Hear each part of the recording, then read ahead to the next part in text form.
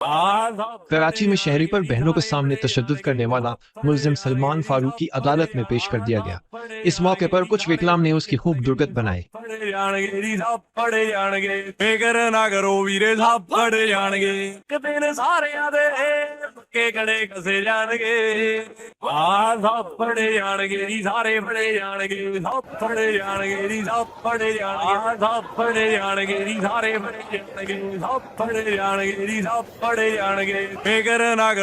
ਸਭ ਫੜੇ ਜਾਣਗੇ ਸਭ ਫੜੇ ਜਾਣਗੇ ਜੀ ਸਾਰੇ ਫੜੇ ਜਾਣਗੇ ਸਭ ਫੜੇ ਜਾਣਗੇ ਜੀ ਸਭ ਫੜੇ ਜਾਣਗੇ ਸਭ ਫੜੇ ਜਾਣਗੇ ਜੀ ਸਾਰੇ ਫੜੇ ਜਾਣਗੇ ਸਭ ਫੜੇ ਜਾਣਗੇ ਜੀ ਸਭ ਫੜੇ ਜਾਣਗੇ ਫਿਕਰ ਨਾ ਕਰੋ ਵੀਰੇ ਸਭ ਫੜੇ ਜਾਣਗੇ ਇੱਕ ਦਿਨ ਸਾਰਿਆਂ ਦੇ